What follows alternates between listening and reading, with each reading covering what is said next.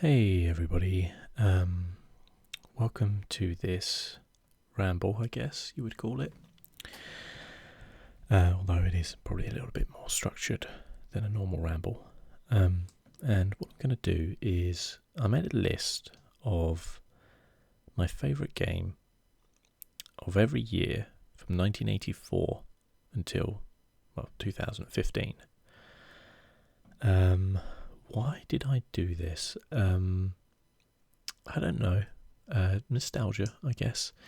I was just interested to see kind of like what games caught my eye on what year and stuff like that. Now, it's important to note that potentially I didn't play these games on the exact year of their release, but pretty close to, I'd say. It's not like I've played a game like 10 years later or something like that. The other thing to note is there's no Nintendo games on here. I didn't own a Nintendo console growing up, and I think I had one friend who had a SNES, but all I seem to remember playing on that was FIFA. So until very recently, and I'm 35 now, I had never played a Nintendo game. Which, for somebody who's been playing video games his whole life, that is kind of bad, I know, but I'm getting back into it. So maybe I'll do once I've played some Nintendo games, I'll do a Nintendo list and see how that is. But if there's something missing off the list that you particularly like, by all means leave a comment. I'd love to know what it is. And don't take offence, there's no Nintendo games, it's just I haven't played them. So we're going to start off in 1984. Now, I was born in 1981, so I wasn't playing games when I was 3 years old, but I was probably playing games by the time I was about 6, I'd say. And the first game series I really remember having a massive impact on me was the King's Quest series by Sierra. If you haven't played any King's Quest games, they are classics. Like, the word classic is kind of thrown around a lot, and there'll be most of these games on here up until more recent times are classics, I think. But the King's Quest series were something very different. They're kind of a point-and-click adventure game, but they had these fantastic stories, and they were hard as nails. And this was a time before internet, so you had to work it out. And myself and my sisters, they're older than me, so they helped me out a lot.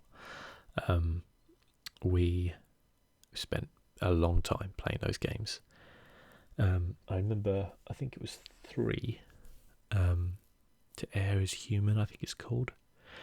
Was particularly fiendish in its way. Just seem to remember that one being really tough, and I remember being stuck in it for a long time, but then eventually getting through and then being like, wow, this game is brilliant. Like, it dealt with a lot of like magic spells and things like that, potions you had to kind of brew and do stuff like this. It was really cool. The whole series is really, really good, even the more modern ones. I played a little bit of the kind of remake, but which came out very recently. I think maybe 2016 actually that came out. But it plays more like kind of a Telltale game than a King's Quest game, which is fine. I think if you release something like the King's Quest games, which are these point-and-click adventures, the early ones you actually had to type the commands, and each screen takes place on a single individual kind of area, and then you walk or left on the screen, it takes you to a new area, and that kind of thing is obviously very much dated nowadays. So, but a person who, or I have to say a person, but actually a YouTuber called Day9 has a show called Mostly Walking, where he and 2 of his friends play adventure games, point-and-click adventure games, like all the way through, and they've done a few of the King's Quest games, I think, at least 2, I think, as well as some other really cool point and click games, and it's a lot of fun to watch. They live stream it, but there's also like the VOD of it, the video on demand, on his YouTube channel as well. So if you're kind of wondering what the King's Quest series is, I kind of recommend them, because they're all like massive point and click adventure fans, and they explain a lot of stuff as well. So now I spent 5 minutes on 1 year. Let's move on to 1985, which is Elite. I play Elite Dangerous currently. I love the game.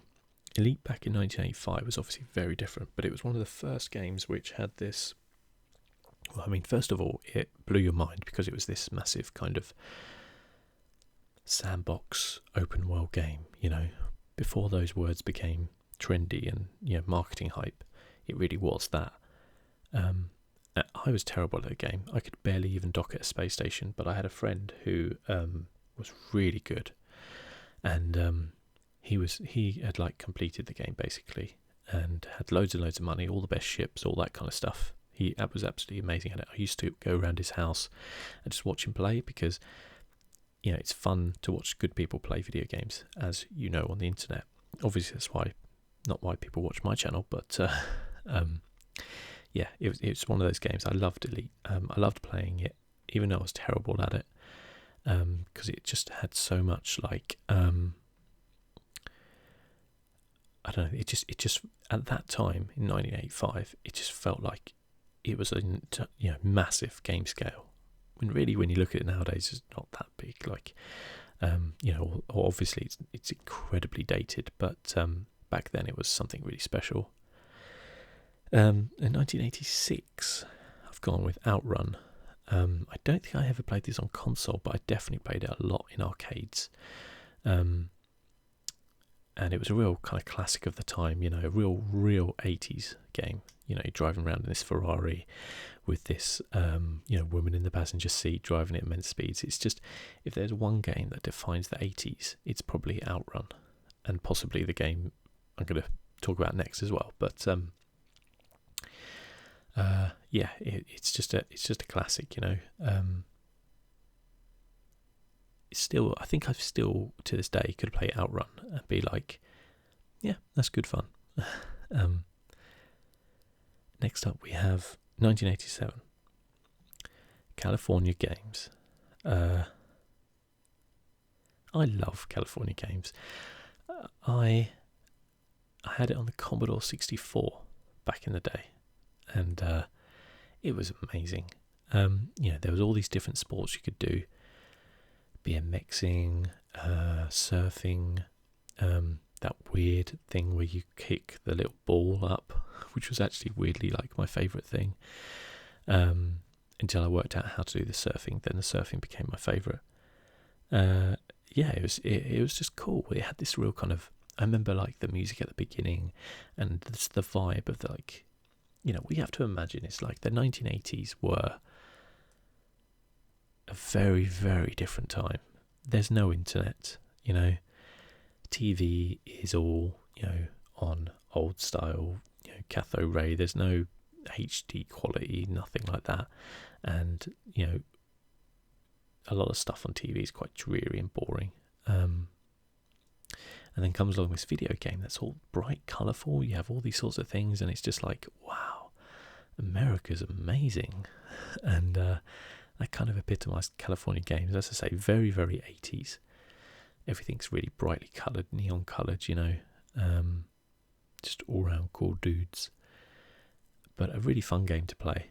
And I'd love to play it again nowadays, but I don't think you can get it on. I'll have to have a look, actually. Maybe you can. 1988 saw my first foray into a genre which will come up many times on this list, and that is the RPG. The RPG in question is Times of Law. You may not have heard of Times of Law, but it was a real classic back in the day. It was one of the first games to have like an open world. 1998 this is. It had kind of like a top-down view. If you've seen something like the old Ultima series, or trying to think, Baldur's Gate's more isometric, I guess, but it had like a kind of top-down feel. And you had this map in the booklet, and I played it on the Commodore 64, and it had this map, and the map was tiny compared to nowadays. Like, I mean tiny, but it was amazing back then. The fact that you could kind of like start off and you'd kind of wander around. It was almost kind of like a roguelike, but not really, because everything was the same, but in so much as like, I used to kind of go around, I'd die, and then I'd start again in the same place, and you'd try and go around to get a bit further, do that sort of thing. It was hard, and but it was amazing, because like it had that thing where, you could go to an area, but the area would be too high level, so you'd have to kind of go back again, or if you were really skillful, you could kind of do the area and reap the rewards and stuff like that. And it was, I remember at the time, I just loved it. Again, another game I'd like to go back and see if it still holds up nowadays. But yeah, that was probably the first. Yeah, it was the first ever RPG I played, and I did miss out on a lot of the Ultima series at the time that came out. But I've always loved RPGs. Always. 1989 is SimCity. The original SimCity is not exactly pleasing on the eye. Even in 1989, it wasn't exactly a good-looking game. It kind of looks more like an Excel spreadsheet than a game, but it was incredibly like addictive and just kind of mind-blowing. Like the scale of it again, like scale and scope of these games, and building a city. And I've always loved like city building games. Anything I can build in. I think that's why I like RPGs, because you build a character. And in other games where you kind of like build things up as well, you'll see a lot of building games on here. I just love them, basically. They're great. SimCity was really where it all started, for me anyway, personally. Maybe even for the whole genre. It's certainly a classic of its day. 1990, Secret of Monkey Island. So like the King's Quest series, I've always been a fan of point-and-click adventures, and they kind of had their heyday in the 90s. You don't see them that much anymore. You do occasionally, but it's not a genre which gets picked up on that often nowadays. Usually only for remakes or kind of things like that. But a friend of mine had The Secret of Monkey Island on his Amiga. See, I didn't actually own it, but I used to go around his house 4 or 5 times a week. We used to play through Monkey Island, try and work out how to do it. Monkey Island was notoriously difficult. Like, some of the stuff in there was just... It was kind of like so obscure, it would be mind-blowing. But we got through it, and it's such a good story and such a funny game as well. Like, it really was kind of one of the first games which wasn't just about puns or the odd joke, but just had really very funny moments in it as well. And you won't see Secret of Monkey Island 2 on here, but again, just because I didn't want to kind of repeat things. But certainly that was a great game as well. LeChuck's Revenge. 1991 is Civilization. The original Civilization. I played that game inside out. Again, building game. I love it. Really do. Civilization was, at the time, like, I've probably used this term several times before already, but it was mind-blowing at the time because of the scale of the game. The fact that you could kind of like start off so small and then you build up to this massive empire, and you have this AI as well, and all these different leaders with their personalities and things. And yeah, it looked very, very rudimentary, and it was very basic, but it's so much fun. And I guarantee you could play that game today and still have fun with it. Like, in terms of game design, Civilization is probably one of the best ever game designs. If you take Civilization 1 and you look at the current Civilization, there is really not much difference in them at all.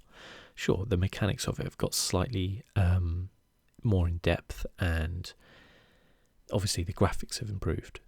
Other than that, there is really not a huge amount of difference in those games. Like, you do the same thing. You build an empire, you build cities, you manage resources, you have to sometimes fight against the AI, build an army, take over. You know, it's really, really similar. There are more kind of in-depth things you can do nowadays in the Civilization series, but the actual game mechanics haven't changed since 1991. I don't think there's many games out there which can kind of claim that, really. Special mention for the year of 1991 is Lemmings. Again, I wasn't very good at Lemmings. Admittedly, I was only 10, but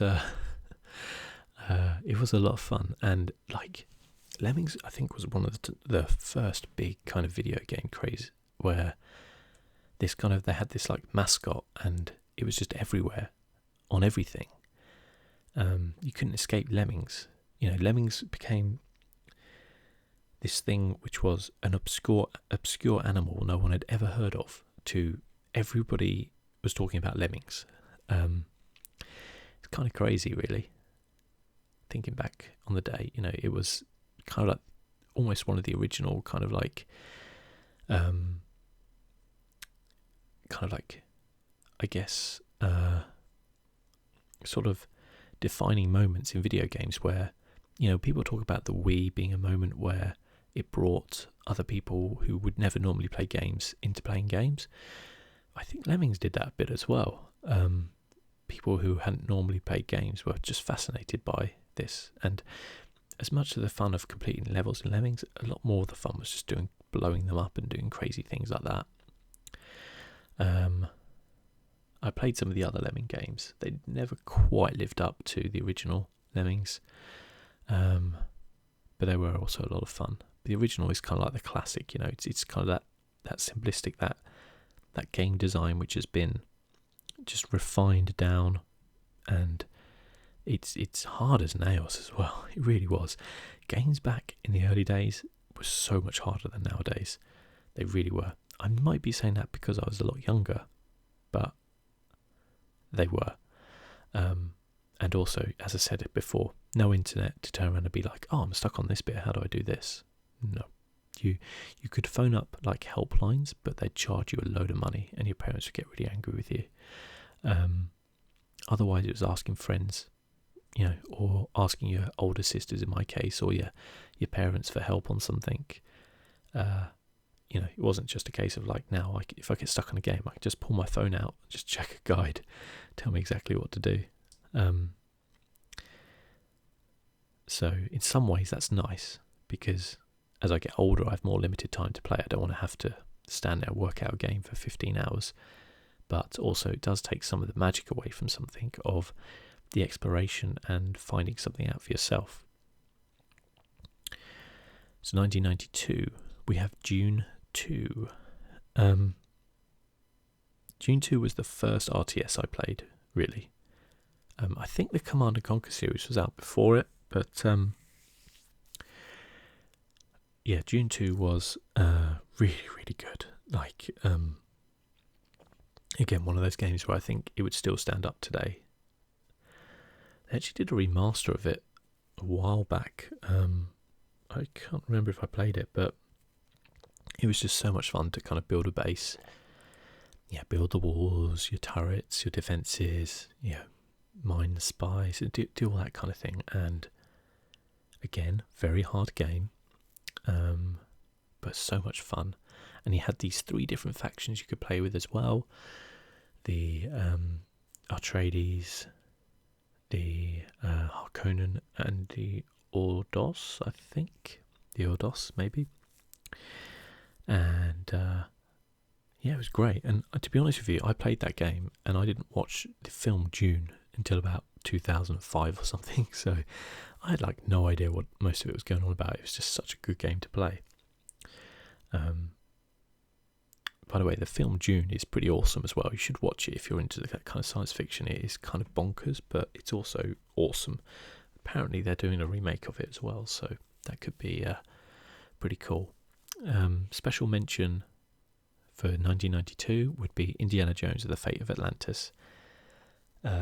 Again, excellent point-and-click adventure game set in, an Indiana Jones kind of movie franchise. Games generally don't tend to be good. This is really good. It's one of those ones where you're like, why did they do that Crystal Skull thing? They could have done Fate of Atlantis, just use the plot from the game. But yeah, really, really good game. Remember playing that a lot when I was younger, and just a real classic, awesome game. You can still get it nowadays on Good Old Games as well, which is brilliant. 1993 sees SimCity 2000. So it came out 11 years. No, sorry, 11 years. I'm thinking it comes out in 2000, doesn't it? It comes out 4 years after SimCity, but is a world away in terms of upgrades. Like, it just looked really good. It had this isometrics feel to it rather than like a top-down feel the original SimCity had. It had actual buildings you could kind of see, these skyscrapers. You could, build everything, and had these disasters which were kind of immense. And you could just build these huge, great big cities. Like, I can't understand for the life of me why in the SimCity they released a few years back the kind of reboot, I guess you could call it. The city size was probably like 1/8 of what you could do in SimCity 2000, or even less. And SimCity 2000 came out in 1993. I kind of said on my video game collection kind of chat that the thing that let down that SimCity was the city size. Like, it was just mind blowing that you couldn't build this huge sprawling metropolis. It really was. But the original SimCity 2000 was immense. It really was. It's still worth playing to this day, to be honest with you. I'm sure there's still people out there who play it. 1994 we're into now. UFO Enemy Unknown, hands down one of my favourite games of all time. So maybe if you listen to this, you know the remake. The original was kind of similar, but also very different. Different in so much as you could pretty much take as many soldiers as you wanted on a mission. Still has the kind of turn-based mechanics of it. Still very, very similar, very similar aliens, things like that. Didn't quite have the kind of skills and things like that, or the classes that you get nowadays. But the loadout and stuff like that, in my opinion, was kind of better in the original. In so much as like you could kind of, your guys had backpacks, they could carry like extra guns, and you could load them up with all this ammo and stuff. And whereas kind of in the, shall we say, I think the newer one, and by the way, I do love the new XCOM games, but what UFO Enemy Unknown 1994 had going for it was like the I don't want to say scale because I've said that many times, but the one currently is kind of about, you are kind of like have a lot less than the aliens, and it's kind of about the ways you use those skills to defeat usually the higher number of aliens that you go against. So you usually have between 4 and 6 people, and there's usually 10 plus aliens, and it's the way you use the map and things like that to do that. UFO Enemy Unknown was more about you having about 30 people against like 10 aliens, and just like demolishing buildings, trying to get to them, and just doing all that kind of stuff. And it was super cool. It really was. Once you got to a level where you had like really high level soldiers, like it's just like leveling buildings, just destroying all the aliens inside it and stuff like that. And to this day, I'd never completed the game because the version I had like a bug, and when I went to the alien base, it would like graphically, it would just like bug out completely, and it was unplayable. And as with kind of like the modern UFO-ish, there's like an end level. In this one, you had to go to the alien base, and I was never able to do it. So even though I knew I could, because I had this absolute like kick-ass group of soldiers, I had like 40 like near max level soldiers. I was never able to do it, which is always kind of frustrated me, and I've never kind of wanted to go back and do it because it has the modern games out. But like, I could have done it. I know I could have done it. I could have been a contender. 1995 is Star Wars Dark Forces. I'm a massive Star Wars fan. Always have been.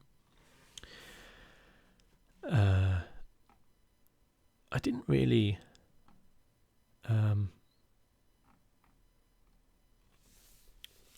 I didn't watch the Star Wars films until, I don't know, I was maybe like 12 or 13, which, considering they came out like in the 80s, is kind of surprising. But yeah, I loved them. But I loved the universe more probably than I loved the games. The films. And Dark Forces was just an awesome game. Like, it really was. I remember playing that game over like an entire summer. I was off school, so I would have been about 14 then, and I had like a 486 PC, something like that. You know, something really, really slow. And I remember me and a friend of mine, we would just play like Dark Forces, and it was so much fun. It really was. And I own it nowadays on Steam. You can get it and you play it, and that feeling of nostalgia I get from playing it nowadays is amazing. And don't get me wrong, like, there are better games out there. There are better Star Wars games out there, but it just holds a special place in my heart because of the time I spent with it and things like that, and that kind of without wanting to get all kind of melancholy, but that time in your youth when you don't have any responsibilities. You have that whole summer off, anything's possible, you have all these friends, you don't have the responsibilities you have when you get older, and it kind of reminds me of that time. So it's always got a special place in my heart for sure. I love the other Star Wars games as well. I don't think I mentioned them on the list. There's some I mentioned, but X-Wing was also a big favourite of mine as well. Just an awesome game. People kind of bemoan the fact that they're, I don't know why, but people kind of moan about Star Wars games. There are some fantastic Star Wars games out there. There really are. Maybe not so many in recent years, but there's a lot which is still worth playing. Anyway, 1996, Duke Nukem 3D. I did kind of a video on the kind of like remastered version of it. But Duke Nukem 3D was just so good. Like, to play, it was so satisfying. It's a first-person shooter, so much fun, loads of like real kind of like tongue-in-cheek jokes and things like that. Real kind of, it was an 80s action movie, but in 1996 in a game. And it's kind of a shame what's happened to the franchise and everything. Duke Nukem Forever kind of becoming this meme almost. But Duke Nukem 3D will always be for me one of my favourite first-person shooters. I didn't get it till a little bit later than 1996, but I had a demo of the first level, and I played that demo so many times to the point whereby when I played the remaster version, even though I hadn't played the game for 15 years probably, maybe more, I knew where everything was, like every secret, everything in that level. I just knew it. But it's a great game. 1997 is Theme Hospital. I liked Theme Park a lot. I never owned it myself. A friend of mine had it on his Amiga, and we used to play that a lot, and it was really good. But Theme Hospital, I think, is where it just I think it's the best theme game. Like, there were lots of different theme things, but Theme Hospital was the best, because has anyone ever made a hospital game since then? Like, no. Like, Theme Hospital just nailed it. It was fun. it was strategic, it was hard, and it was very, very funny as well. Great humour, and they just nailed that game, basically. It kind of feels a shame there's never been a Theme Hospital 2, in a way. But I think, other than just like kind of expanding the things in it, there's it's kind of like I don't know what else they would do. Like, how far can you go in hospitals with what they do? But yeah, definitely. I played a lot of Theme Hospital. I played a lot of it in other years other than 1997. You can still buy it now on Good Old Games. It's like a £5 or something, and it's well worth doing. Definitely. I used to just love building hospitals in it. As I said, love building things. 1998 saw the release of Half-Life, which was... I mean, Half-Life, if you've ever played... I mean, that opening sequence of the game, it's difficult to describe how mind-blowing that was at the time. Like, no one had ever done that before. The game opens like a movie. Like, for the first, 5-10 minutes, you can't even move. You're on this monorail going through this immense structure, and it just sets the game up so well, because you're kind of like, when everything obviously kicks off, you're like, oh my god, like, this place is huge, and I'm stuck here, with all these aliens and stuff. And yeah, obviously loads of fun to play. Went on to spawn like other games in the series, and kind of, with no Half-Life, there'd be no Steam nowadays. There'd be no Portals. There'd be no Team Fortress.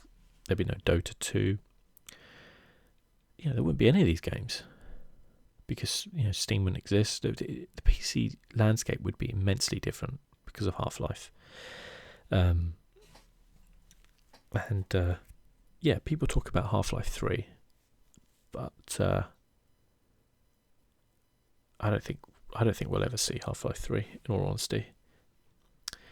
I think Valve have got other things they want to do. So 1999, Age of Empire 2, again. Me loving building things. RTS, great fun. Age of Empires original I liked. Age of Empires 2 just took it to another level. So much fun, these games. Age of Empire games I think they're really underrated in terms of games. Like, the gameplay of them, the balancing of the resources, stuff like that is kind of spot on, really. If you haven't played an Age of Empires game, you should do.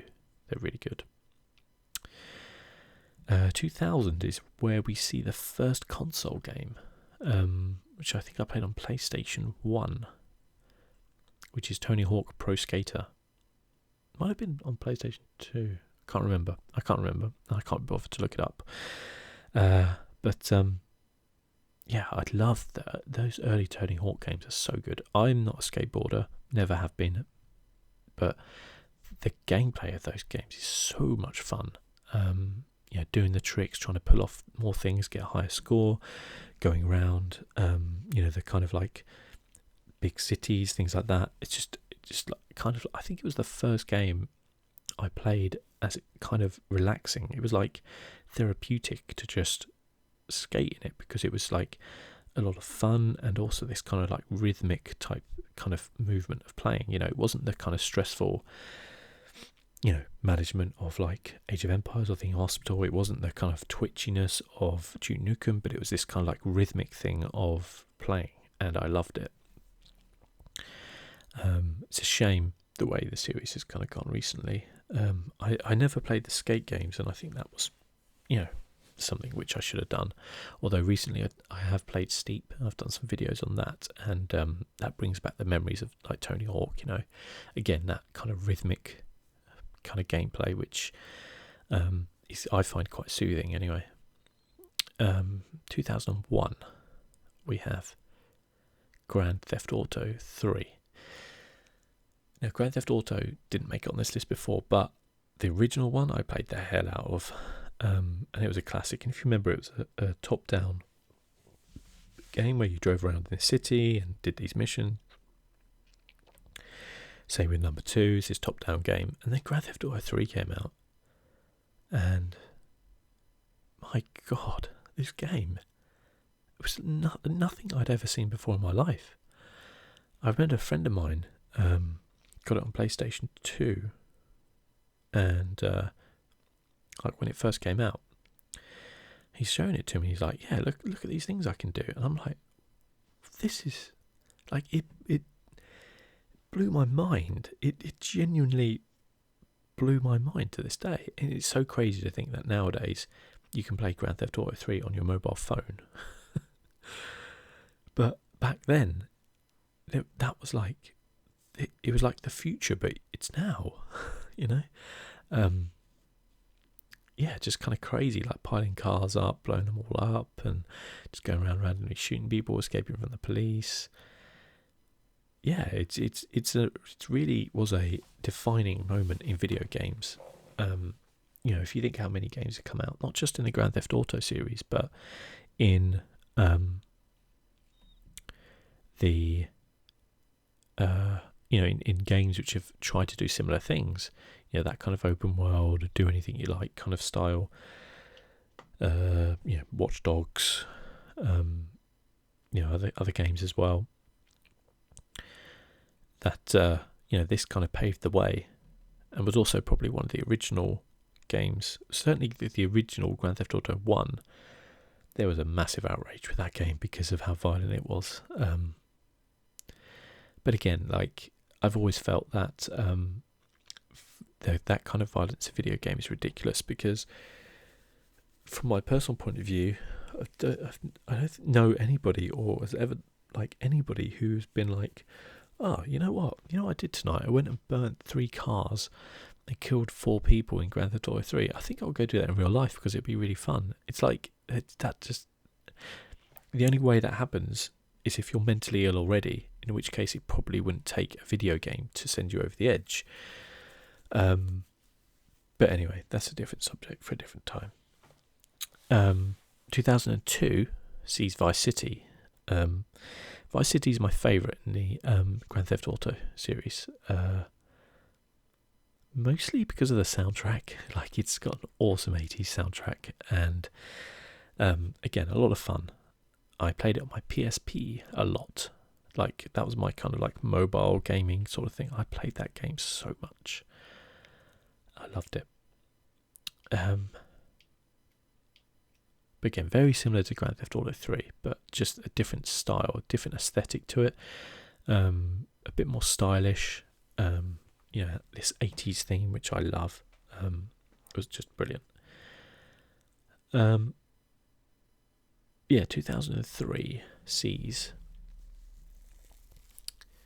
one of my favourite games of all time, Star Wars Knights of the Old Republic. I actually played these a little bit later than 2003, but I played it on Xbox One, this and Knights of the Old Republic 2, and it's one of those games where I didn't even hear about it when it came out, and I kind of like, I think on Xbox One I was looking for something to play, and I was like, kind of like, saw this game, and I was like, this looks good. Is this any good? Kind of look up a review. Back then, you know, you'd have to look it up in a magazine, a thing you brought from a shop, and it's like really good. And I'm like, wow, I'll play this. Honestly, these are such good games. You play them nowadays, they're really good. Like, they're an RPG, obviously, and you start out as a normal kind of person, then you become a Jedi, and you get all the Jedi powers, and you get all these, you know, you can choose to go dark or light. The story's immense, the characters you meet in it. It's by BioWare, who obviously went on to make Mass Effect, Dragon Age, you know, things like that. This and KOTOR 2, which came out in 2004, 2 of my favourite other games. They're just so good. They need to make more of these games. I need a modern day Knights of the Old Republic, you know, in the style of a Dragon Age. I mean, it won't happen because they do have the license, because EA is BioWare. I'll hold out hope for that one day. But in the style of like a Dragon Age Inquisition, like a Star Wars Knights of the Old Republic that would be special. That needs to be made. 2004, Half-Life 2. My memories of Half-Life 2, and I'll go into this in a bit more detail for 2005, but a friend of mine owned an internet cafe. For those of you who don't know what they are, because you don't see them so much anymore, basically back in the day, internet was very expensive and it wasn't really a thing that you had unless you were really rich, or pretty comfortably well off. So you had these things called internet cafes where you could go and play multiplayer games. You'd pay by the hour or whatever to use the computer. A friend of mine owned one, and I just used to go there like during the day and play Half-Life 2 on my own. Just like order a coffee, some snacks or something, and just play it. And I played through Half-Life 2, and it was so good because I didn't own a PC at that time. I moved on to console by that time, and Half-Life 2, God, I loved it. It's such a great story. I didn't really play anything other than the kind of main story on that side of thing, but obviously it's kind of one of the pinnacles, and I don't think I've ever played like the extra like episodes whatever afterwards either, unfortunately. I don't know if I'd ever go back to playing them, but certainly Half-Life 2 is a special game, and as I said, KOTOR 2, so Knights of the Old Republic 2 came out in 2004, sorry. But I didn't want to do the same game 2 years running, if that makes sense. But it gets a special mention for sure. 2005 is Counter-Strike Source. So, as I said about the internet cafe, we also used to spend evenings, like me and a group of friends, there was maybe like 6 or 7 of us, and we'd be all on these computers after the cafe had shut. We'd be there, we'd obviously pay, we wouldn't expect anything for free. And we used to have such a blast. We really did. Those days, like if you've ever been to like a LAN party or something like that, it's so much fun. Like if you think multiplayer gaming over the internet is fun, like doing it, like imagine couch co-op, but you all have your own screens, everything's all set up, it's just so much fun. And you don't have to have headsets on because you can just shout abuse at the person there, like just over the room. So, and we had so much fun, and to this day, even though it's 12 years later, me and my friends, we still talk about those days back when we used to play Counter-Strike Source. They were good days. Counter-Strike is just a game where it's got no right to be as good as it is because it's so simple, and that's really what it's about. It's about gameplay. Graphically, it's not impressive. Depth-wise, in terms of the depth of the game, not as in depth of gameplay, there's nothing special about it. It's not like there's 2,000 weapons in it you can use, but it just does so many things right. It just keeps it simple, and like it's about skill, kind of not much else.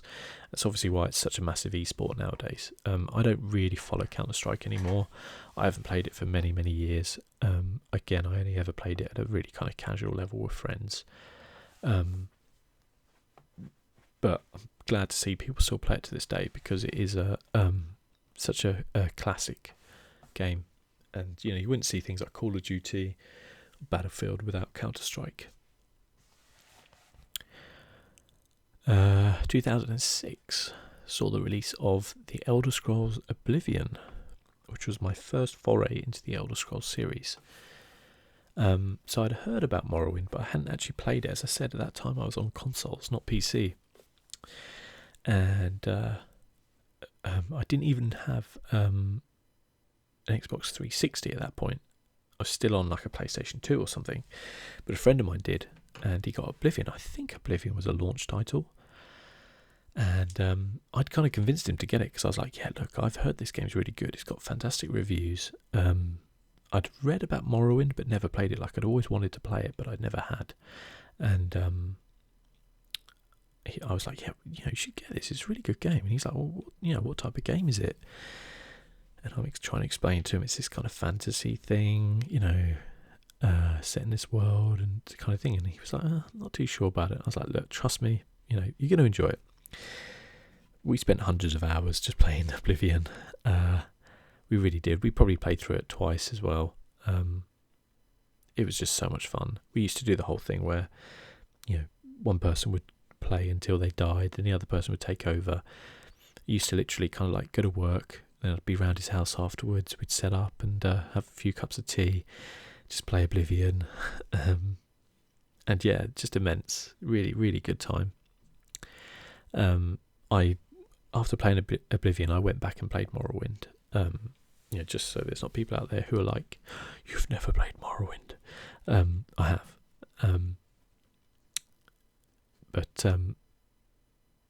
Oblivion holds a special place. And the graphics are really good for the time as well. The faces were still a bit dodgy even at that time. Still a bit dodgy today, but yeah, really good. A special mention for 2006 goes to Rainbow Six Vegas. I loved the Rainbow Six series. I really did. I loved it because of the split screen, like co-op. Me and a friend of mine, we used to just spend all night playing Rainbow Six on my Xbox. Yeah, the original Xbox, I had it. And we used to spend ages just playing that. We used to just do levels. We used to just like learn the levels and just blast our way through it. And it was a tough game. It really was tough, but so satisfying, so good to play. Love it. I actually own the new Rainbow Six and I had never got round to playing it yet. And I must try it because I had such a blast with Vegas back in the day. So 2007, we're getting more into kind of modern time games, which hopefully most people would have heard of. But BioShock 2007. BioShock was a really special game at the time. Graphically amazing, but atmosphere was where the game pulled it off. It was one of those games where it was terrifying to play, but at the same time, immensely compelling. Like, BioShock is a horror game. Like, I whatever people say, genuinely some of the scariest gaming moments in my life have come playing BioShock. There are like things jumping out on you, stuff like that, and just like real kind of like, this is a kind of like this. The atmosphere of the game is incredible. The story is immense as well, by the way. The ending, I'm not going to ruin it just in case you've never played it, but the kind of reveal towards the end is just really, really good. And I think it was probably one of the first games which took, like, before BioShock, the idea of magic was, it was confined to fantasy games. Like, that's where it was. BioShock was probably one of the first games which actually combined the two. Now, obviously, it was like plasmids. It wasn't magic, but effectively that idea of being able to use a weapon and being able to kind of, do whatever with your other hand, use magic as it was with her hand and using these different skills to defeat different enemies. But in a first-person shooter was really the first time you'd kind of seen that. And that combined with the story and the atmosphere does, I think, make it one of the best games of all time. Definitely. 2008 saw the release of Fallout 3. We're kind of blessed, like, in the early days, you don't see, like, there are some great games, but nowadays, there is always, like, one special game a year. Like, when I go through this list, like, I'm like, wow, we were spoilt for choice in the last kind of, like, 7 to 10 years. We really were, compared to the early days. There were some great games in the early days, but games were a lot slower. The industry was a lot smaller. Nowadays, there are just some special games every single year, without fail. And Fallout 3 is definitely a special game. I'll never forget that moment of walking out that vault and seeing that world and being like, oh my God. Great story. Well, okay, sorry. I don't really like the main quest in Fallout 3, I will say that much, but the side quests and all that kind of other stuff is brilliant. Obviously, atmosphere, world is absolutely nailed. Combat is a little bit janky, but still really good. The VATS system's really good, and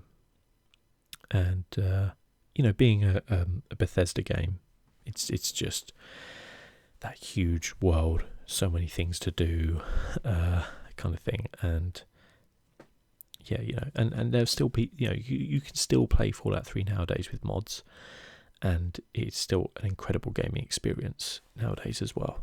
I would really advise, if you've never played Fallout 3, to pick it up, because it's really, Oblivion, I think, and Morrowind, they're the ones which really kind of started, but Fallout 3 was where it went mainstream, because I think people felt like back before Skyrim anyway, the Elder Scrolls series was kind of like, oh, that's for nerds, that's the D&D guys.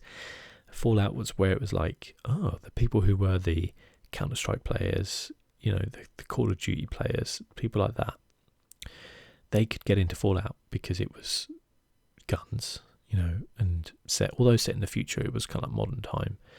And then also the people who loved the kind of Elder Scrolls series were like, oh, this is similar to Elder Scrolls, and this lore and this world and this role-playing aspect to it is great as well. So it kind of crossed over those two genres, or not the two genres, but those two demographics of people. So it was really good. Special mention 2008 was Grand Theft Auto 4 with Nico. Fantastic game. I never played San Andreas, by the way, if you're wondering why that's not on there. I've heard it's great. I've never had a real inclination to go back to it, but Grand Theft Auto 4 was just every Grand Theft Auto game is just special, really. Grand Theft Auto 4 is no exception. I know some people didn't really like Nico that much, and I did, genuinely. I liked him. I found his story interesting. And the kind of New York City that it was based upon was obviously really cool as well. Just this huge sprawling city. And obviously it was kind of like a leap and bound from Grand Theft Auto 3, or the other one, Vice City, San Andreas, those types of things. Really good game as well. And 2009 sees Dragon Age Origins. I'm a massive fan of the Dragon Age series. I picked up Dragon Age Origin a bit later than 2009. It was maybe like 2010, 11. It was probably like early 2010 I picked it up. But it wasn't a launch or release, because I spotted it on Amazon, weirdly. And it had like a really good review, and I was like, and at the time I was waiting for the game to come out, that's 2010, and I was like, I need something to play. Like, I've got this hankering for this role-playing game, I've got this hankering for something, and I want something new. I don't want to replay an old game. And I saw this game, and it was like, had a really good review. I'd never heard of Dragon Age Origins ever, never heard of it, and I thought, I'll take a punt on it. Picked it up, played it. I was like, oh wait, this game is like Knights of the Old Republic, but crossed with Elder Scrolls. This is immense. And obviously it was made by BioWare, who did Knights of the Old Republic. I didn't know that at the time. And just brilliant. And it's got this brilliant thing where, it's because it's called Origins. The reason it's called Origins, is that the different races you pick, you can choose like different startings. It has like a different quest line before you even kind of get into the main game. So, and different things will affect it, about your origins, shall we say. But yeah, immense story, just a brilliant like world building, and still to this day that the world really fascinates me, and probably is only second to the Elder Scrolls world. But actually has a lot of things that it does better than Elder Scrolls. Dragon Age kind of sounds dumb, but it kind of keeps things a bit more realistic than Elder Scrolls in a way. it's got this cool kind of like pseudo-political kind of edge to it as well, with the kind of Templars and mages and stuff like that. But really, really good. Really, really love it. If you haven't played Dragon Age Origins and you're a fan of like KOTOR or any BioWare game, you should definitely play it. It's really good. Special mention 2009 goes to Assassin's Creed 2. I've kind of said many times how much I love the Assassin's Creed series. The games I've played in Assassin's Creed are 1, which I liked a lot, but it has its problems. 2, which is amazing. Didn't play any until Black Flag. I don't know why I didn't play any.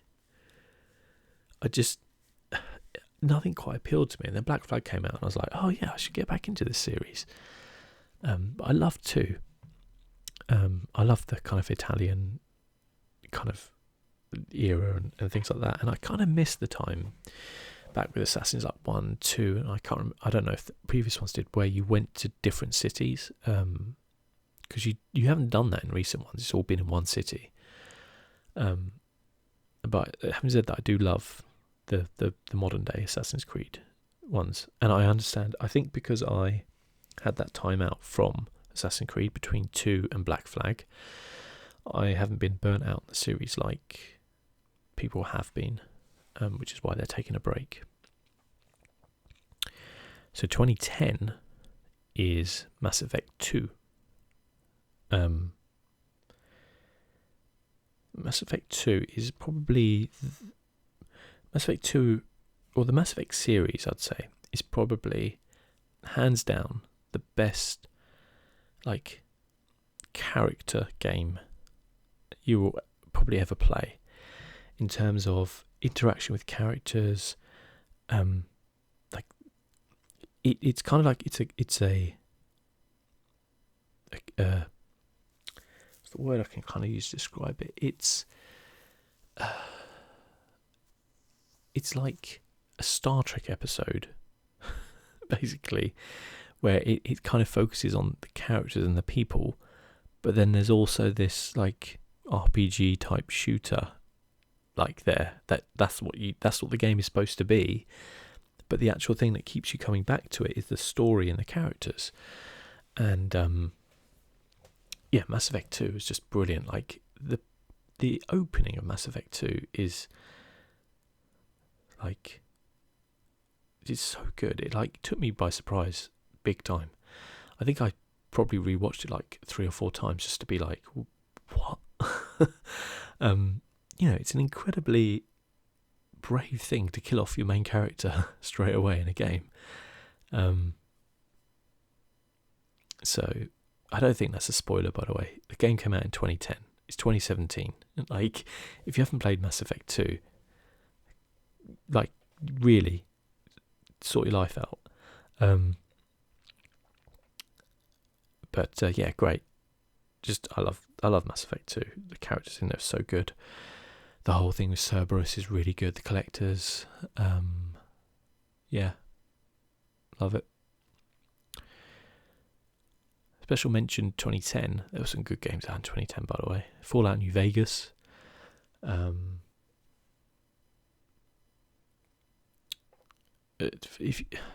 Fallout New Vegas is one of those ones where it's like, the story is so good. So for those who don't know, like Fallout 3 is made by like Bethesda. Fallout 4 is made by like Bethesda. Fallout New Vegas was kind of like subcontracted out to this company called Obsidian, who have done some really good games like Stick of Truth, the South Park game they've been involved in, and Pillars of Eternity, Tyranny. They do story really well, and they were given this kind of fantastic engine for Fallout 3, and like told like, do your story. And obviously they chose Fallout New Vegas, and Fallout New Vegas has got an immense story, and it's one of probably the only games I've ever played where you have this. So say for example, take Mass Effect. In Mass Effect you can complete the game in like 2 ways usually, ish. There's like the Paragon and then the Renegade, so the good and the bad. Same with like KOTOR, the good and the bad. Fallout New Vegas just has so many different choices for you to make that you can literally play that game through about 5 different times and do completely different things.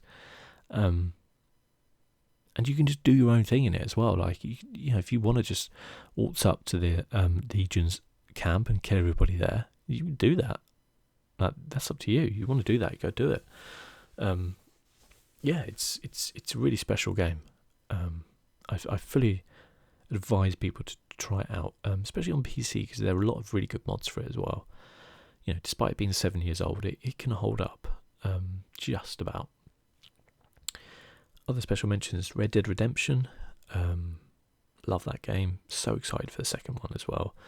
I worry that people's hype level for that game is going to be too high.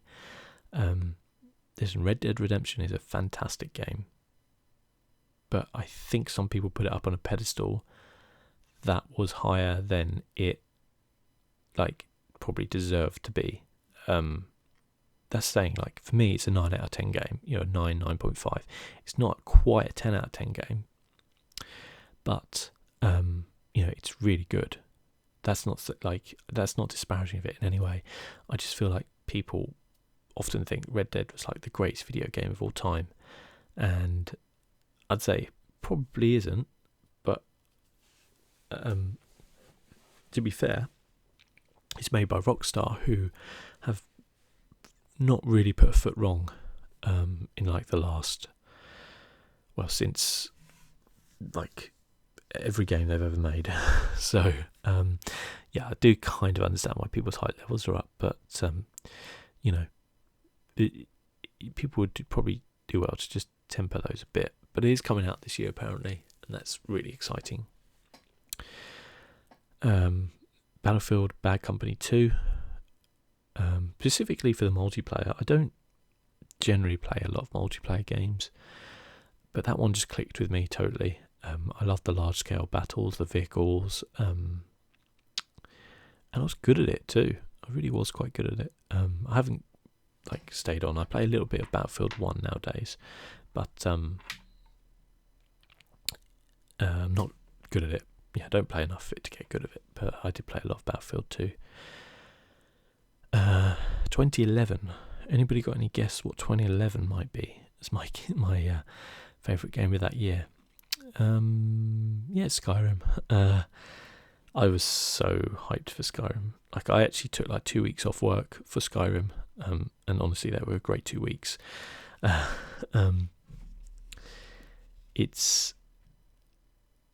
Skyrim's, the fact that it's 2017. Okay, it came out 6 years ago. Well, not okay. Call it 5.5. And I'm playing through it now. All right, it's a special edition, but effectively it's the same game. It just looks a bit better. The fact that I'm playing through it now, the fact that there are so many mods for the game, it is a beloved game for people. It's not difficult to see why. It was brilliant at the time. It was just so good. The dragons, everything was just like nothing you'd ever seen before. The story, the combat back then was wow, this is so much better than Oblivion. If you think Skyrim is just tap as quickly as possible to hit somebody, my God, Oblivion, you weren't like Oblivion. But yeah, it's Skyrim was wow, I actually have to block and think about what I'm doing and stuff like this. It's really good combat. There's these cool perks that kind of you add in and they do different things, and it was so good. It's all voiced as well, and the music is just so good. It's just epic. Probably one of my favourite games of all time, without doubt. I wouldn't like to say 1, 2, or 3, but I reckon Skyrim would be up there. Hours alone I've spent on it is, crazy. If you have a PC, and I highly recommend PC, pick up Skyrim. You can mod it very, very easily, and you can get a real a AAA 2017 game out of it. I don't know if I could recommend to somebody. Well, if you have never played Skyrim before and you have console, I'd recommend you getting the Skyrim Special Edition and playing through that. If you have played through Skyrim and you have a console, I couldn't probably recommend you paying £40 for the Skyrim Special Edition. Again, it'd be up to you, but I don't think I would recommend that because, like, it really is the same game. And the fact that on PC you get it for free, and on console you have to pay like £40 is... I'm surprised there wasn't more of a stink raised with that, but that's the way it goes, really. Having said that, I think if the special edition came out on PC and it was £40, I would have brought it, so I'm not really one to talk, am I? So special mentions, 2011, Witcher 2, really good game, Witcher 2, really, really good. Again, story, characters, really good, lore. And Deus Ex Human Revolution, I hadn't played the original Deus Ex at all when this game came out, and really fun game. Really enjoyed Deus Ex. I love the universe, the augmentation, stuff like that. It's awesome. 2012, we have Mass Effect 3. Now, I actually don't think I played Mass Effect 3 in 2012. I think I played it in 13. Because Mass Effect 3 is actually my favourite in the series. I know for a lot of people it's 2, but 3 was my favourite. I didn't play, because I played it a bit later, I got like the fuller ending that a lot of people didn't, and a lot of people's gripes was with the ending. I personally really loved the ending, and I just loved the whole Reaper thing, and the escalation from Mass Effect 1. Mass Effect 1, you have one Reaper, and like it takes like half the bloody galaxy to stop the thing, and then Mass Effect 2, you have the collectors, but it's kind of like, oh shit, the Reapers are coming. And then Mass Effect 3, it's like, oh damn, like they're here. They're really here. It doesn't let up. Like, it's from the first moment. It's like it's over. They're here, and it's that kind of like redemption for Shepard of like, I told you they were coming. Brilliant DLC as well in the Mass Effect series. BioWare do, like with Bethesda, I think Bethesda do very good DLC. BioWare do really good DLC. Like Fallout DLC is really good, Dragon Age DLC is really good, and Mass Effect DLC is really good. Obviously there are ones in there which are like, oh, get like 5 new guns or whatever, and it's like, look, get that if you want, I don't care. But the actual story DLC in those games are really, really, really good. And yeah, Mass Effect 3 is my favourite. I'm actually playing through it again currently now just to warm up for Andromeda, and I can't wait for Andromeda. I'm really scared that it's not going to live up to the Shepard trilogy. I go in with an open mind though, like, don't get me wrong, it's not like I've hyped it up so much in my mind that I'm going to be disappointed no matter what. I'm like, if I get an experience similar to 2 and 3, but in this like different universe and stuff like that, from what I've seen of the trailers, it looks cool, the characters look quite interesting in it, then yeah, I'm going to enjoy it. I think I love the universe and stuff like that, and that's all the same. So special mention 2012, XCOM Enemy Unknown, the remake. I've already spoken about the original one. The remake's really good too. Far Cry 3, which if there's not a lot to Far Cry 3 when you think about it. It's just this kind of like move from one point to another, take over the camp, do it in different ways, get more fun weapons, go along, and that's great fun. Keeps it simple. The story is just irrelevant, almost.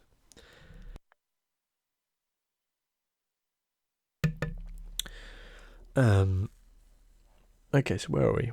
2013. So we're not far now. 2013 had to be Grand Theft Auto 5. If you want to see hype for a game, if you remember back to Grand Theft Auto 5, my God, there was hype for that game. And in all honesty, it didn't. It did not fail, that hype. Like, it lived up to it. It has this immense world. the single player campaign is really good. Like, I know a lot of people didn't really like maybe one or the other characters, perhaps wanted to just play as one person or even be able to design their own character in it. But I can't, I think looking back on it now, it's a really good single player campaign. There's some interesting things going on there. There's loads of things to do. And obviously the fact that the online component of that game is so good as well. It really has everything, that game. And Rockstar deserve the millions and millions they are making off that game. Like, I think it was like the biggest selling game of all time when it came out. And apparently they've made more money off the online than they ever made just selling the game normally. So that company is not short of a few bob, and hopefully Red Dead 2 will, be on the receiving end of that money. I mean, I'm sure it will. They have a reputation for releasing like quadruple A games. Triple A games is like the standard. Like a Rockstar game is an event. When it comes out. And when you think about it, 2001 was Grand Theft Auto 3. 2013, 12 years later, is Grand Theft Auto 5. Now, yes, there has been like a Vice City, San Andreas, but they were generally using the same engine. They have only iterated into Grand Theft Auto 4, with the new kind of engine, and then into 5 again. So they take their sweet ass time. And when you think like Red Dead was out in 2010, so it's taken them 7 years to do a sequel, they're not afraid to take their time to make a game that good. And that's sometimes what people forget, is it takes that long to make a good game. Like, Elder Scrolls Skyrim came out in 2011. Don't expect, the next Elder Scrolls until like 2019, probably 2018, late 2018 maybe, 2019 more likely.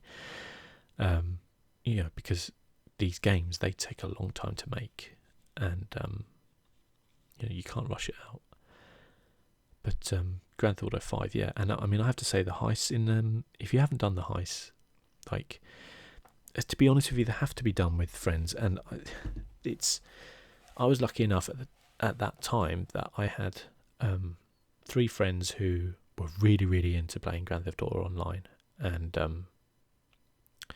I could do that. I think if you didn't have that, then you missed out on a really, really, really good experience. Like, it's always kind of been that dream of like, it'd be so awesome if we could like coordinate this heist event kind of thing. I've never played Payday actually, and I kind of imagine Payday's similar to it, but not quite as good perhaps. But the kind of dream of multiplayer, I think, for people designing a game is this kind of perfect scenario of like, 4+ people who are chatting to each other online, coordinating, and executing. When you think about something like Destiny, the kind of like the raids in that, I think it's 6 people on there, 6-man raids, aren't they? Or you think about something like World of Warcraft, where it's more than that. That's that kind of dream of it. And Grand Theft Auto did something which I think no console game really had ever done before, which was to take that kind of PC mentality of like cooperative kind of online, that almost that MMO style of online, and actually put it into this, having this grand event thing and putting it into a console, like, third-person shooter. And they took a while to come out, and when they came out, like, Rockstar did say, like, look, we're not doing any more of these because they took so long and so much resources to do, but my God, they were good. They were so good. One of my favourite films of all time is a film called Heat. Grand Theft Auto borrows off it a lot, and I've never felt kind of closer to a film like that than like trying to escape from a heist, with a load of cop cars coming in and just using a huge machine gun and mowing everything down. Like, I've never felt closer to that film than I have playing like the heist in Grand Theft Auto 5. It's just great. And obviously at the end, like, such a feeling of exhilaration when you've done it, you're there with your friends or whatever, and you've got all that money from it and stuff like that. You do it, and it was a fantastic experience. Like, probably genuinely my best ever online experience doing anything, even Destiny or anything like that. Even beating back in the day the Counter-Strike, they were great fun, but it wasn't the same as doing like a Grand Theft Auto heist. The build up to it, and then the actual operation and pulling it off as well is just so good. Honourable mentions for 2013, you've got the Tomb Raider reboot, and which I really love the Tomb Raider games. Like, I don't think they're underrated. I think people know they're good. I just don't think they get talked about in the same way as like the big games of the year. They're kind of like AA. They're always thought of, I think, rather than like a AAA game. But it's unfair on it because it's as good as anything out there. Like Rise of the Tomb Raider, from what a lot of people say, because I haven't played Uncharted 4, is as good as Uncharted 4, really. Like Uncharted 4 probably favours because it's built upon 3 other games which were fantastic, whereas Rise of the Tomb Raider only built upon 1. Like Rise of the Tomb Raider is, again, a fantastic game. And the original Tomb Raider I really, really enjoyed as well. BioShock Infinite, again, like, amazing setting, brilliant everything. Slight letdown in that the combat gets a little bit repetitive as you go on. Doesn't quite, it goes on a little bit too long. I think they could have done with trimming an hour or so off that game in just terms of combat, especially at the end, because the story is so good. You just want to know what happens, and then you're stuck like, oh, I've got this wave of people coming in, right, I've got to shoot them, and these people coming in, I've got to shoot them, and the combat's fun, don't get me wrong, the combat's a lot of fun, but it's not fun enough to be like, I want to do the same thing over and over again, and it suffers for that, but it's still a fantastic game, and hands down one of the greatest endings of a video game I've ever experienced in my life. I've spoken about it before, but I had to go for a walk after the game, just to kind of clear my mind, because it just kind of blew me away. Like, I couldn't kind of comprehend it. It's just immense. Props to those guys who made it. It's a shame we're probably never going to see another BioShock game. At least in the same way we'll probably see another Metal Gear game. It's not going to be a Kojima Metal Gear. In the same way, we'll probably see another BioShock, but it's not going to be a Ken Levine BioShock, So, but the 3 games we did get, you can't argue with that. They're fantastic games. 2014, for me, is Dragon Age Inquisition. As I said, I love the Dragon Age series. Took a little bit of a backstep with Dragon Age 2. Dragon Age 2 is not as bad as people make out. People make out like it's like a 5 out of 10 game. Dragon Age 2 is like an 8 out of 10 game. It's not quite up there with Origins or Inquisition, but it's a good game. But Inquisition kind of knocked it out of the park for me. Just like, number one, the size of the game is just ridiculous. Like, it is ridiculous. It's huge. Like, the party-based combat, great. Characters in it, fantastic. The kind of, as I said, like, one of the things I love doing in games is like building up your, like, Inquisition itself is a lot of fun. Wanting to go off and do quests. It's kind of similar to Mass Effect 3, like building up your war score to unlock more things. Dragon Age is kind of similar to that. Again, really like the story. For me, the last boss was a little bit of a letdown, but you can't let the last 5 minutes of a game like ruin the previous 70, 80 hours. So it doesn't worry me too much. And again, I'm kind of playing through the game again now. I don't know if I'll actually finish it, but just enjoying playing it. Like, it's really good fun. It's very well done. I think if people are kind of like, one of the things I'd say is like, if people are worried about Mass Effect Andromeda, Like, don't perhaps look at Mass Effect 3. Look at Dragon Age Inquisition, because I think you're going to see something a lot more similar to that than you will to Mass Effect 3. Mass Effect 3 was about finishing a story. You know, it had this set, like, beginning where it could take off from, and then it had where it needed to end. Whereas Mass Effect Andromeda, it's its own game. It can do what it wants. You know, it's a completely different galaxy. And I would fully expect to see some of the things from Inquisition in Mass Effect Andromeda, which is good because they have really good features. Honourable mentions for 2014, Destiny. People know I love Destiny. It's got its faults, yeah. It really does, but it's just a solid gameplay game. You know, I just pick that game up and it's just fun to play. I love it. Destiny 2, I really hope they fix a lot of the issues with number 1. And I hope it comes to PC. The other one, Hearthstone as well. I don't know if you've heard of this little game called Hearthstone. I play it a couple of times. I'd never played a card game before Hearthstone in my life. Never. And I'm kind of glad I didn't, because I think I would have been a lot poorer if I had to play like Magic the Gathering. And Hearthstone I just love because I love the lore behind it. Like, that's what I love about WoW, the lore. But I've never played WoW. I love the characters in it. It's a lot of fun, the cards, and the game is obviously a lot of fun as well and rewarding to play. 2015 is The Witcher 3 Wild Hunt.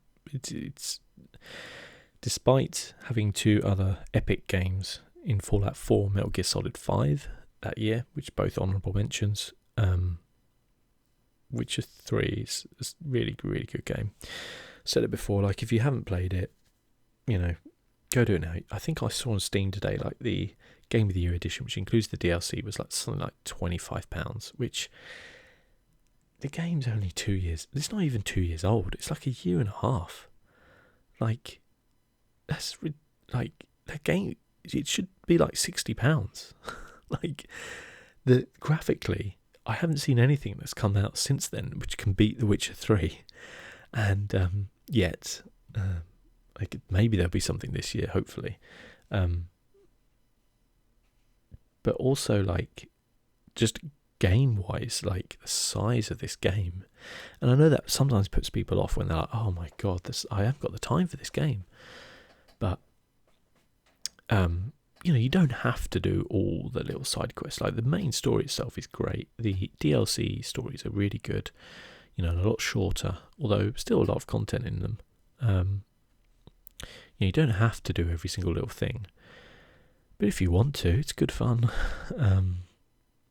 But just the lore of it all, as I say, a lot of the time what draws me to games is the lore and the world that it exists in. You'll see Elder Scroll games, Grand Theft Auto games, Mass Effect, Dragon Age, Fallout, all have been on my list. The Star Wars, going back, all the way. Like, even to the King's Quest games, the kind of lore behind that had the kind of fairy tale themes. Witcher 3 just has it in spades because it is based upon a series of books, obviously, which had kind of set down that lore to begin with and been very successful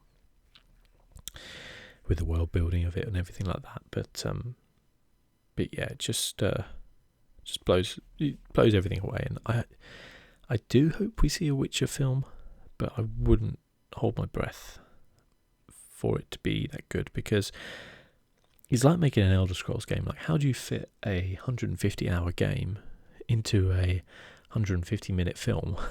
Like, it's it's tough to get that feeling, right? So yeah, good luck with that one. But Witcher 3 Wild Hunt, hands down some of the best DLC I've ever played as well.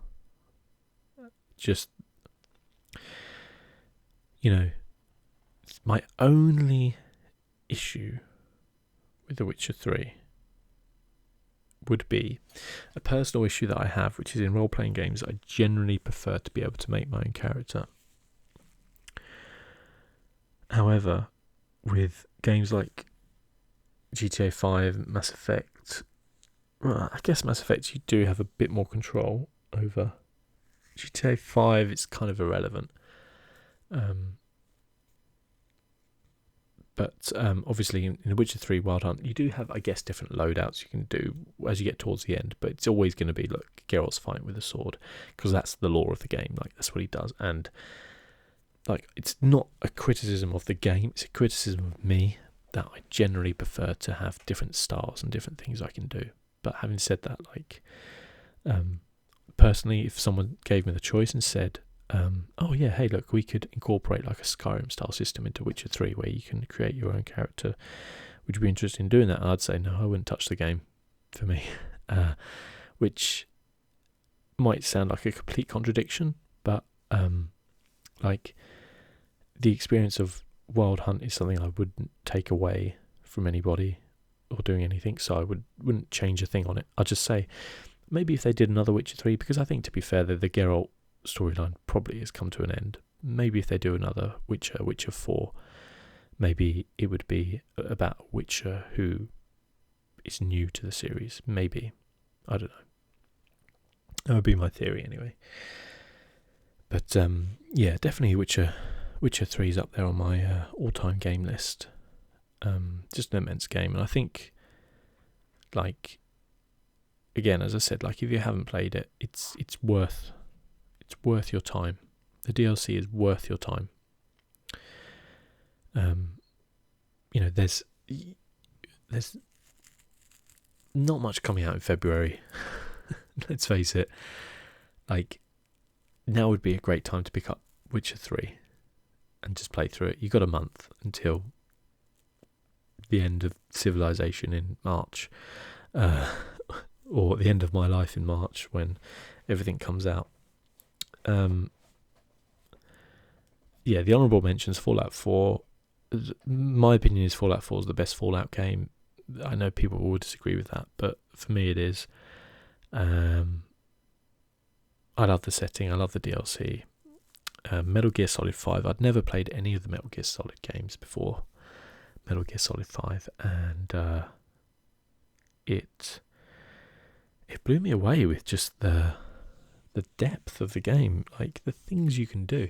The story is kind of batshit crazy, like it really is. Like,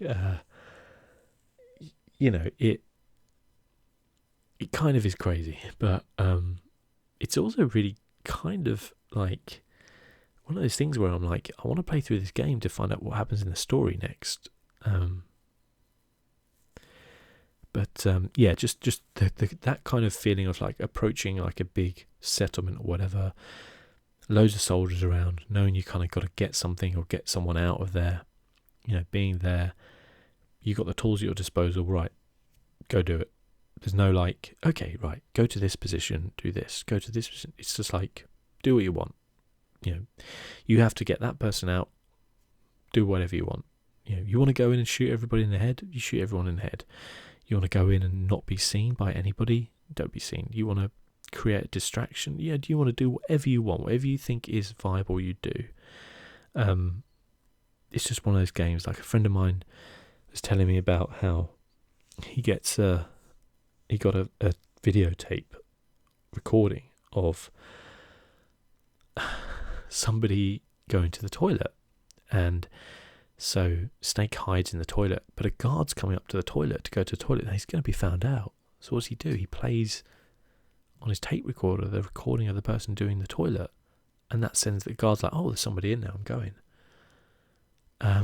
Which, like, that's such a, like, how do you think that up in a game? Like, it's so crazy. But things like the Fulton and stuff like that is so much fun. Like, I remember when they first showed that, and I was like, that's dumb. Like, why is that? That's dumb. And then I actually used it, and I was like, this is genius. Like, this is the most fun you could ever do. Like, just seeing like a sheep dangle in midair just before it flies up is like the best thing ever. And like having that option to like dispose of bodies, like you've just choked someone out, whatever, you know, you don't want their body found, no problem. Attach a balloon to them, off they go. Yeah, I never finished Metal Gear Solid 5, and it's kind of a regret of mine not to have done it, and I'm going to try and go back to it, I think, at some point, because I'd like to, because it's a really interesting story, and I've as I said, I haven't played the other games, but I have watched like a 5-10 minute like video where people explained it. I didn't understand a word of it though. Like, it's just crazy. I think people who've played through the whole series don't understand it. I think if you ask Kojima, I don't think he'd understand it really. But it's kind of compelling, and it's like, I could probably do like a whole podcast on Kojima himself. Like, he's such a fascinating figure, and has been so revolutionary in the gaming industry. Like, he was one of the first people to be like, you know, games can exceed films, you know, which in my opinion they are nowadays. I know, you know, going to see a film is a couple of hours of entertainment, and that won't go away, and some films can be breathtaking and immense, some can be dumb and funny, and that's exactly what you might need. But in terms of like a medium, I think in terms of being able to like immerse you, like I think video games just do it better nowadays.